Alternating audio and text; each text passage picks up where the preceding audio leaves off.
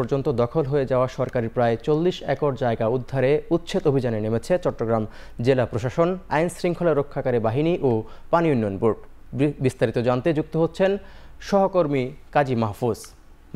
অভিযানের কতদিন চলতে পারে? আপনার কাছে বিস্তারিত অভিযান সম্পর্কে আর কি তথ্য রয়েছে জানাবেন।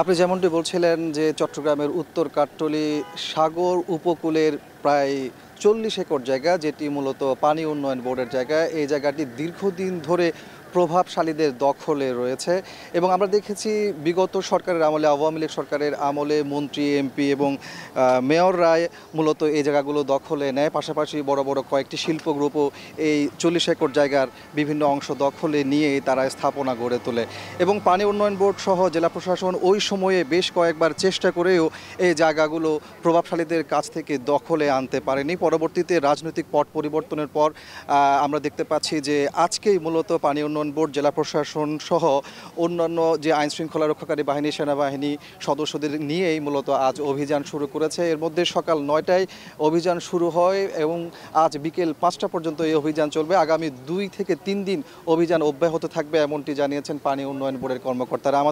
আমরা তাদের সাথে কথা বলেছি, তারা বলছেন যে বিগত সময়ে তারা চেষ্টা করেও আসলে এই জায়গাগুলো দখল করে আনতে পারেনি।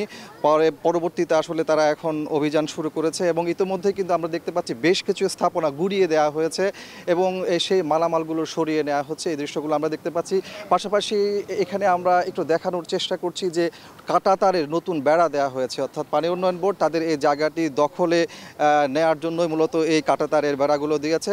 অর্থাৎ 40 একর যে জায়গা, পুরো জায়গা জুড়ে এই কাঁটাতারের বেড়া দিয়ে মূলত তারা তাদের দখলে নিয়ে আনার চেষ্টা করছেন এবং তারা বলছেন যে এখানে মূলত বনায়ন করবে, বনায়নের উদ্যোগ নিয়েছেন পানি উন্নয়ন বোর্ড। তবে এখানে যারা এই দীর্ঘদিন ধরে এই জায়গাগুলো দখলে নিয়ে তাদের কার্যক্রম পরিচালনা করছিল, এখানে আমরা দেখেছি গ্যারেজ হয়েছে, পার্কিং হয়েছে, তারা অনেকেই দাবি করছেন যে এখানে কোটি কোটি টাকা ইনভেস্ট করেছেন এবং পানি উন্নয়ন বোর্ড থেকে তারা অনুমতিও নিয়েছেন। পানি উন্নয়ন বোর্ডের কর্মকর্তারা এখানে তাদেরকে জায়গাগুলো বুঝিয়ে দিয়েছেন, এরকম অভিযোগ কিন্তু যারা এই জায়গাগুলো দখলে এতদিন রেখেছেন তারা বলছেন। তো সব কিছু মিলিয়ে আসলে বলা যায় যে পানি উন্নয়ন বোর্ডের কর্মকর্তারা যে আজকে অভিযান শুরু করেছে অন্যান্য প্রশাসনের উইংগুলোকে সাথে নিয়ে, সেই অভিযান তারা চলমান রাখবে এবং সরকারি যে জায়গাগুলো তারা নিজেদের নিয়ন্ত্রণে এনে বনায়ন সহ অর্থাৎ এই উপকূলীয় এলাকাকে আরও যতটুকু মজবুত করা যায় সেই বিষয় নিয়ে তারা কাজ করবে এমনটি আমাদেরকে জানিয়েছেন। চট্টগ্রাম নগরীর উচ্ছেদ অভিযানের সবশেষ খবর জানাচ্ছিলেন সহকর্মী কাজী মাহফুজ।